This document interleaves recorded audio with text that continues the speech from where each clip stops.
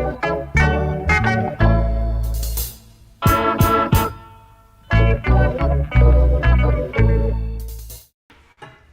you, Bob. Good morning. Welcome to this Unitarian Universalist Coastside Community Sunday service. I'm Laurel Frischman, and along with my co-associates, Tom Devine and Bill Hevlin, we will be helping along with this service today. And I would just like to extend a very warm welcome to those visiting with us for the very first time, and to our friends joining us over Zoom, and to those of you returning to sit here in person on this beautiful overcast day. Unitarian Universalism stands among the liberal faith traditions of this nation, working for social justice, repairing the world, and helping us to grow and blossom spiritually. And as a denomination, not just this congregation, but all our congregations, UU advocates for LGBTQ rights. So whomever you love, whatever paths you have traveled, whatever your inspirations, you are welcome here. Today, we warmly welcome Reverend Ryan Althaus to the UUCC pulpit. His sermon is entitled, Humility or Humiliated, a Compass Amidst the Stormy Seas of the Ego. Reverend Ryan explores the difference between humiliation and humility, and how by balancing our egos, we can find acceptance both within our own being and also outwardly through our social interactions. I'm going to read from Robert Tanner, A Blessing for the Risk Takers and Failures.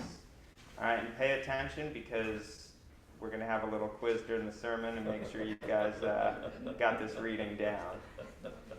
Today we share in a blessing for losers, risk takers, all failures far and wide. Blessed are they who fall in the mud, who jump with gusto and rip the pants, who skin the elbows and bruise the ego, for they shall know the sweetness of risk.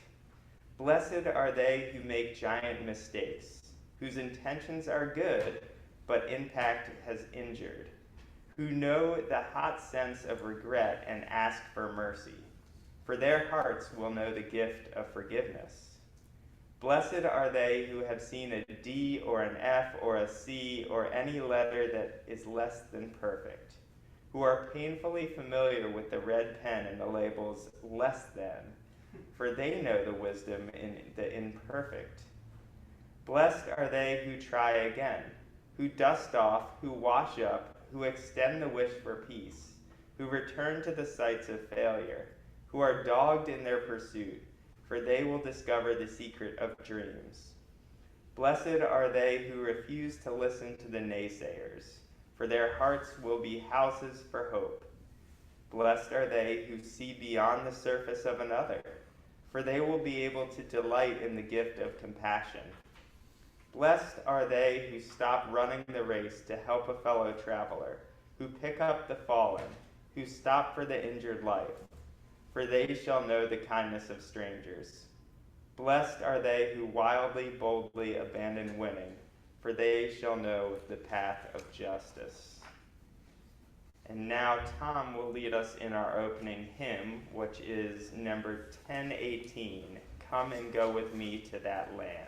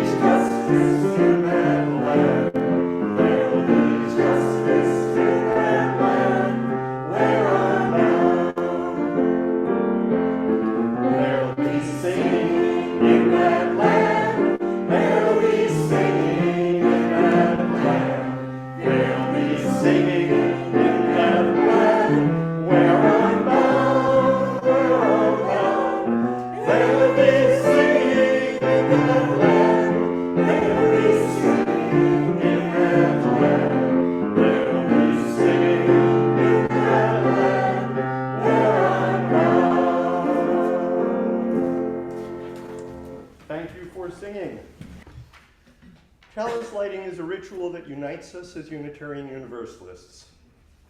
The flaming symbol itself dates from the 1940s, signaling safe haven for refugees, and was adopted widely in UU congregations in the 1970s. Due to fire regulations, this particular chalice glows from battery power. So, let's see if I can figure out how to light it. I believe it's not too hard. Sure enough, if you may not be able to see it, but I think I can see that it's lit. And just for good measure, I'll light another one. Yeah, this is even a little brighter. So maybe pull up two. Okay. So we have chalice lighting words from the Reverend Kirk Lodeman Copeland. And he calls this the wisdom of humility. And please join me in reading the words aloud. They are in your order of service. May this flame illuminate the wisdom of humility. In this light, may we acknowledge our own limitations, as well as the inherent worth and dignity that we share with all others. In humility, may we discover the compassion necessary to walk gently upon the earth which gave us birth and is our only heaven. The poem itself is of about 200 words, and it's an interior monologue, half directed toward an offstage mentor as the poet packs for a spiritual journey. The satchel. Into this simple satchel that you have given me, I place these shining memories, memories that reflect not me, or not the old me anyway, but you, when you were simply kind to me, and said your kindness came from losing so much. So this kindness that you once showed to me rests in this satchel that you have given me, this kindness of your simply seeing me, hearing me. And by your example, unwitnessed, I have paused to see and breathe and listen. So here in this simple satchel sit these sweet and silent times, as if they too were gifts that you had granted me. And when you whispered of your need for my mere presence in your quest for the simple justices of waking laughing, supping deeply, standing tall, and sleeping warmly, so too in this satchel rests this that I dared once do. And then you whispered yet of my need to pack into this satchel that same simple courage to take that other smallest, largest step, to clutch and carry this simple satchel, incomplete, but that's the point, into my own bepuzzled and seeking journey. And now it's my great pleasure to introduce our guest speaker today, Reverend Ryan Althaus. He is a frequent guest speaker at the Unitarian Universalist Fellowship of Santa Cruz and the Regional Inclusion Advocate for the Presbyterian Church USA. Reverend Ryan is the author of several books, including the recently released Expanse, Homos, Hobos, and the Holy Hereafter. And the books are on the back table. You can peruse those, and they are for sale.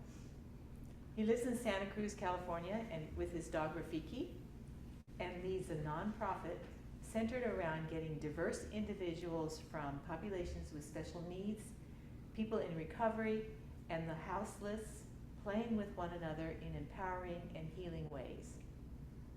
You can learn more about Reverend Ryan's work by visiting his mental health site at thesurfingmango.com and his nonprofit work at urbanworks-sc.org. And I believe both of those are in your order of service. You can also join the fun on one of his free community spirit-filled sails on Saturday at 3 p.m., leaving from the Santa Cruz Harbor. Welcome, Reverend Ryan. Well, it was an otherwise average day back in Louisville, Kentucky, where I went to grad school, and my friends and I were partaking in an otherwise average trip to Costco, which is where you go for entertainment and or to gorge on free samples when you live in Kentucky. Now, that's not to say Kentucky's boring. It just doesn't have the same recreational options as coastal California.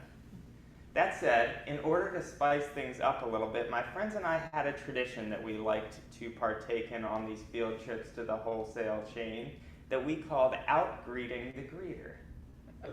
Now you know the scene.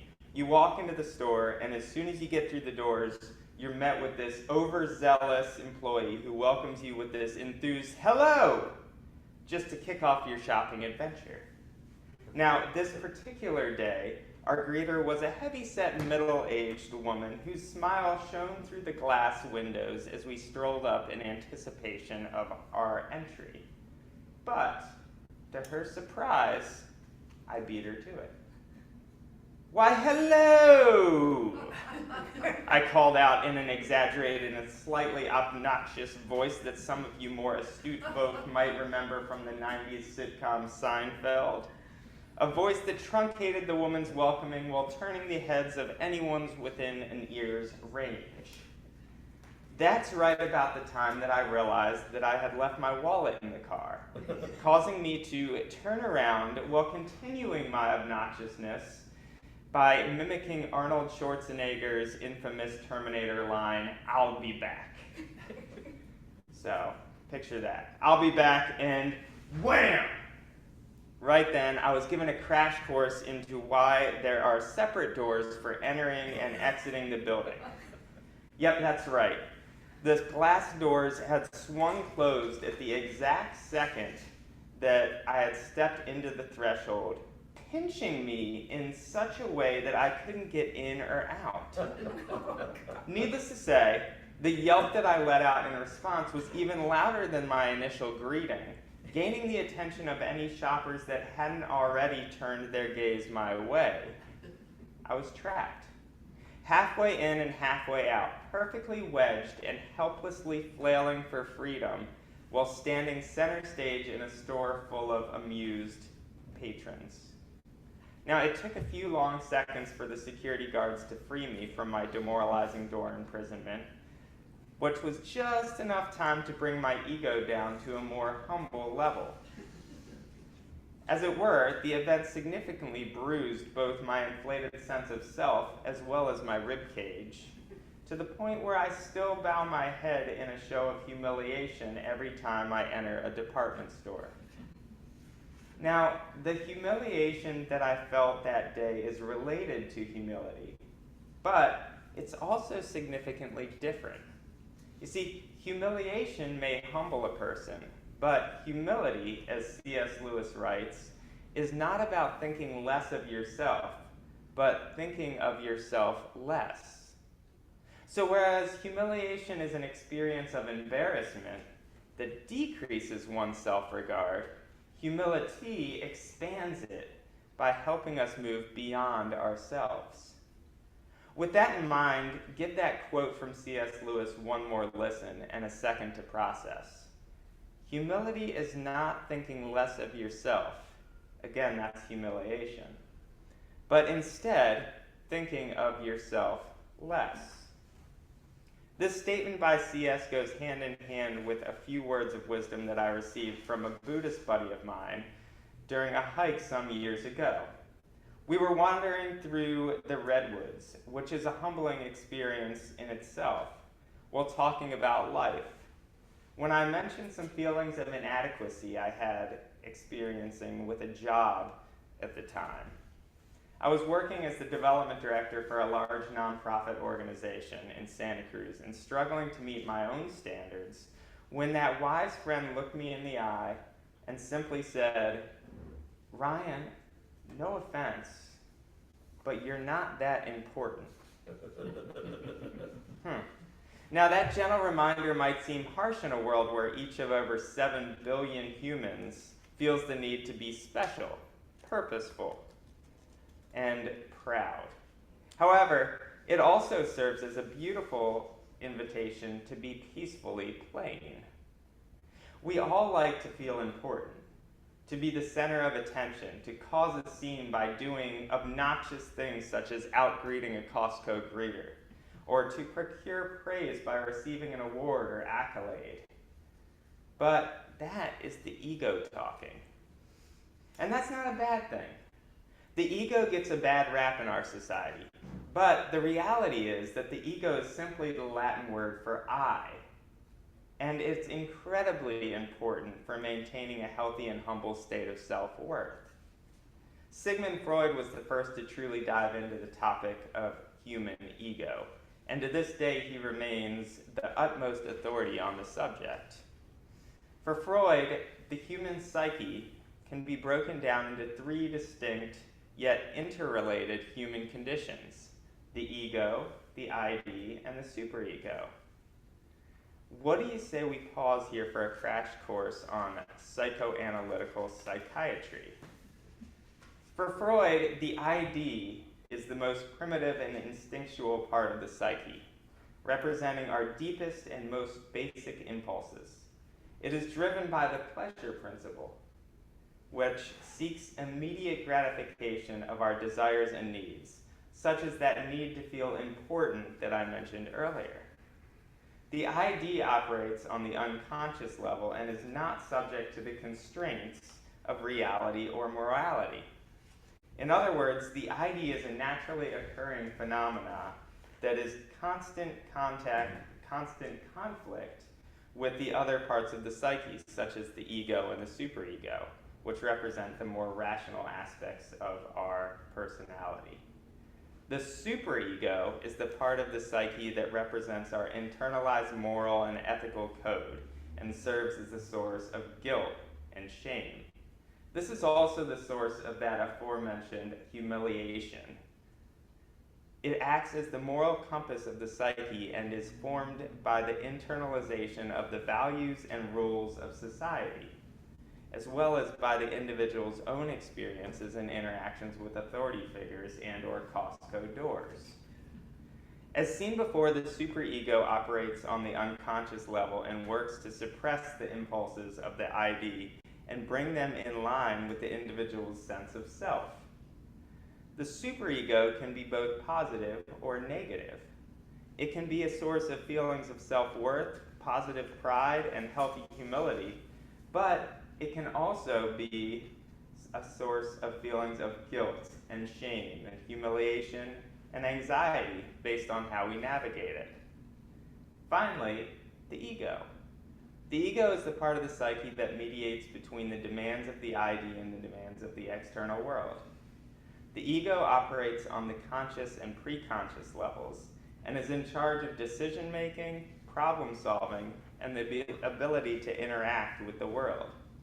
It uses the reality principle, and it tries to find a balance between the ID's pleasure-seeking impulses and the demands of an external world. The ego is also responsible for maintaining a sense of self and personal identity. It is shaped by the individual's experiences and interactions with the external world and is constantly in flux as the individual grows and develops. Now, in a healthy state, our ego keeps us humble and otherwise happy. However, in an imbalance, often caused by an external event or a glass door, leads to an either inflated regard for the self or feelings of humiliation and a lack of self-worth. It's important to note in this instance that humble people are not beautiful, intelligent people who convince themselves they're ugly and stupid. They are simply people who don't make much of their ego. Again, humility is not thinking less of oneself, but thinking of oneself less. The ego, when rooted in humiliation, is about separation, whereas a healthy humility is about unity and community. Shortly before his death, author and speaker Wayne Dyer broke this unhealthy experience of ego down into 6 false statements of self. I am what I have. I am what I do. I am what others think of me. I am separate from everyone. I am separate from all that is missing in my life, and I am separate from God. All in all, although the ID and superego and ego can sometimes be in conflict, they ultimately work together to maintain psychological stability and a healthy state of humility. One of the deciding factors between healthy and humiliated, or boastful and brotherly, is pride. Pride can have a positive or negative effect on one's ego and sense of self. It was pride that changed angels to devils, stated St. Augustine, and humility that makes angels out of men. Pride in the negative keeps us pushing against society, against our morals, and against each other, whereas humility is about acceptance of ourselves, acceptance of our situations, and acceptance of our relations. As Augustine alludes, it was pride that was behind the falling of the angel Lucifer, who yearned to be an equal to the divine, instead of being prideful in his being a divine creation. Pride, when unbalanced, causes us to see ourselves as separate, or too important, as my Buddhist buddy might say. It is closely in line with Wayne Dyer's 6 false truths. I am what I have, what I do, and what others think of me, and I am separate from humanity, separate from that which is missing in my life, and separate from God. The Christian Bible is full of passages that praise humility and push aside pride, such as 1 Peter 5:5 that states, "All of you clothe yourselves with humility toward one another, because God opposes the proud, but shows favor to the humble." The wording there is important. Clothe yourselves in humility insinuates that it's not always our natural state. Thus, Peter presents an ancient biblical example of the modern day adage, fake it till you make it. Clothe yourself in humility. So whereas humility isn't always our natural state of being, pride has a way of slipping in unexpectedly and drawing us away from the divine. Thus, we need to remain aware of how we present or clothe ourselves in response. However, pride can also be positive. Take, for instance, the pride parades happening around the country this month. These are positive demonstrations of self-love and acceptance. We are prideful of our divinely created identities, in this case, as it's related to sexuality and gender. When you can take pride in who you are, or who created you, then you are able to clothe yourself in rainbows instead of hiding behind them. Thus, our call is to be proud of our divinity and blessedness, not merely our earthly accolades. In today's opening reading, we looked at a series of statements beginning with the word blessed. A reading that mimics a passage known as the Beatitudes in the Christian Bible. The Beatitudes are part of the Gospel of Matthew's infamous Sermon on the Mount, a passage where Jesus reiterates this theme of blessedness when stating in beautiful simplicity, "Blessed are the humble, for they will inherit the earth." You guys may have heard that one before. The humble in this instance are those who see themselves as equal parts of a larger whole, who are not in need of praise, but are confident enough in their own being to step back and shine the light on others. And note that I say shine the light, not let the light shine. Because the difference between humility and humiliation is the recognition that we are a shining light living into our divine identity. In the Buddhist tradition, this takes shape in the popular salutation, Namaste. Let the light in me bring forth the light in you. Or, in the spirit of pride, let the rainbow in me enhance the rainbow in you. Thus, the humble are not those who think of themselves as the sun, the center of the universe, but those who are confident in their ability to reflect love so as to be one with the universe in a way which allows them to open up more easily to others in awareness of the interconnection of all beings. It's about acknowledging that we are not that important, while simultaneously finding peace in our simple selves and the world which we live. Buddhist practitioners believe that only a humble mind can readily recognize its own defilements of craving, aversion, and ignorance, and in such evolve in a route to enlightenment and inner peace. Peace that comes from living an authentic life. With that, to close, I want to return to that opening reading and the weighted word blessed right quickly. Blessed are they whom fall in the mud, who make giant mistakes, who try again. Blessed are those who refuse to listen to the naysayers, who see beyond the surface. Blessed are those who wild and boldly abandon winning. In each of these statements, that simple word, blessed, holds quite a bit of significance, only enhanced by its etymology.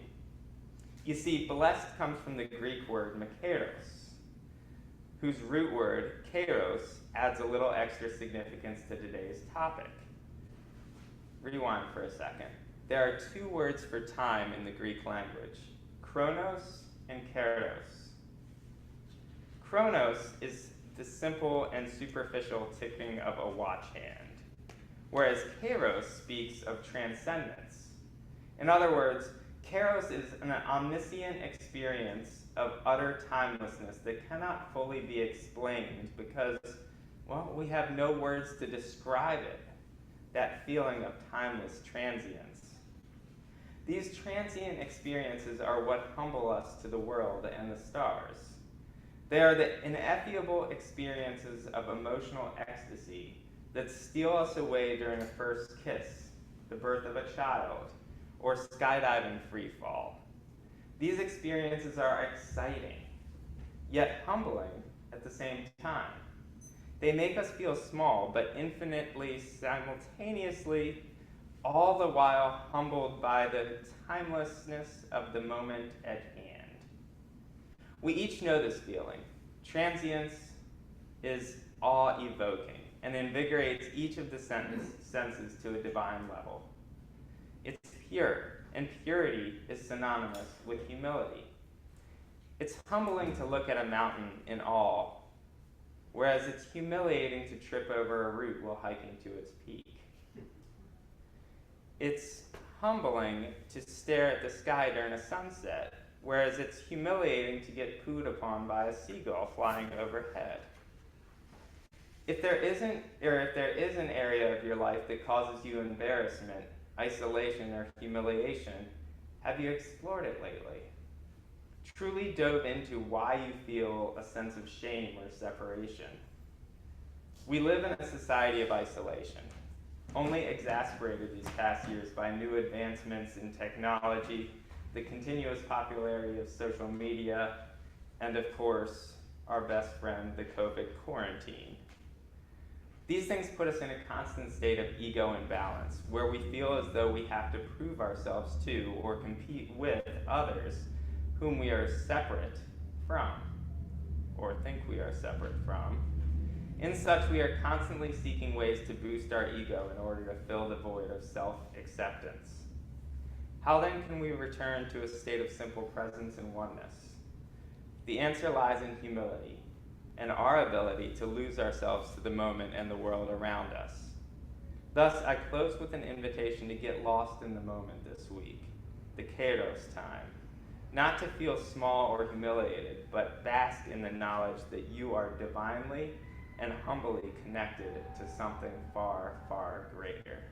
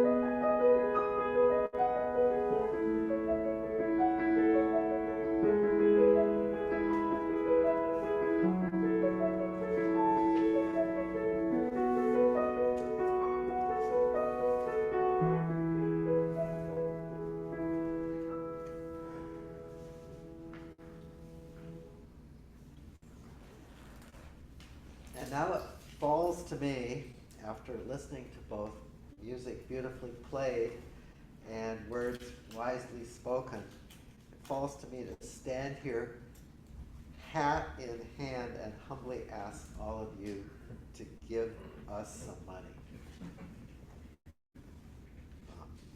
Now, when you contribute to UUCC, in a practical sense, contributing to UUCC allows our community to keep going, and our services going, and our relationships going. And in a symbolic sense, donating to UUCC is a vote for this community and its causes, like affordable housing. And it's a vote for the love that UUCC pours into the world.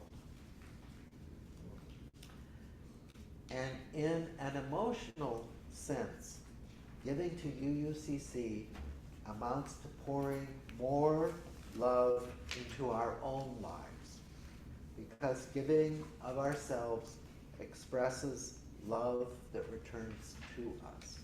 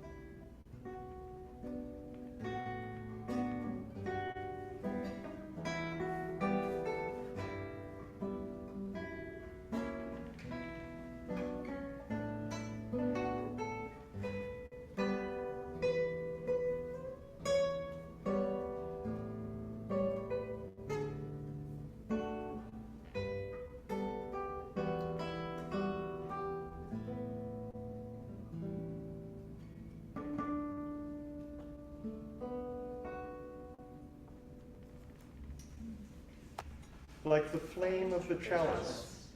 May the flame in our hearts burn, remain unextinguished.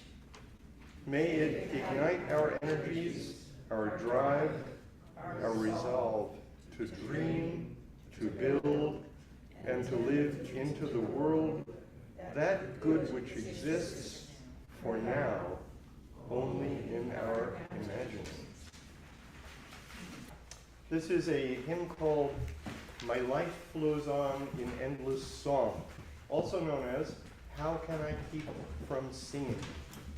The song was originally written in 1868 by an anonymous Christian composer known only as Pauline T. The lyrics have been altered over time, and the version we're using today was mostly the version sung by Pete Seeger in the early 1960s. The last verse actually comes from a version by the Brothers Franzik, a group that I know. And so I invite you to listen as Diedrich plays the first verse and read the words in your order of service so you know how they fit into the tune. I think you'll catch on quickly. It's a beautiful hymn. I may not be able to lead you through the entire thing because I may be crying. So, Diedrich.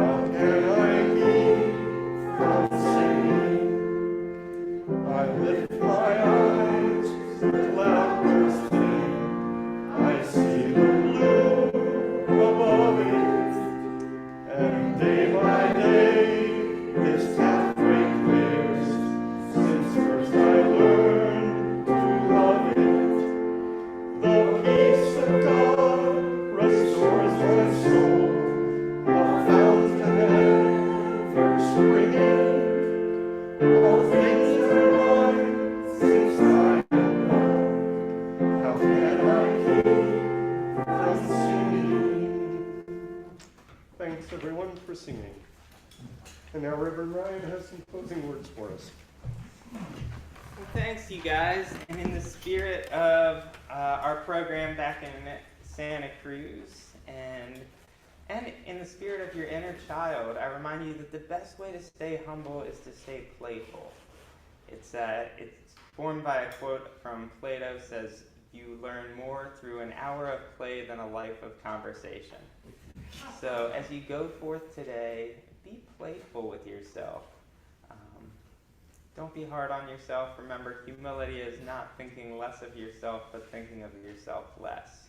So go in peace in the world and be prideful and shine your light on all that you meet. Amen. Amen. Amen.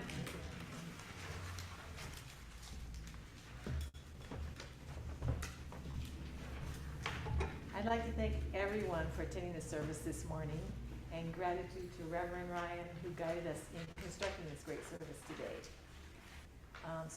Now I'd like to roll some credits. So now, go forth with pride in your heart for being who you are, for being that you are, and for humility to share your love in the world. Have a great week.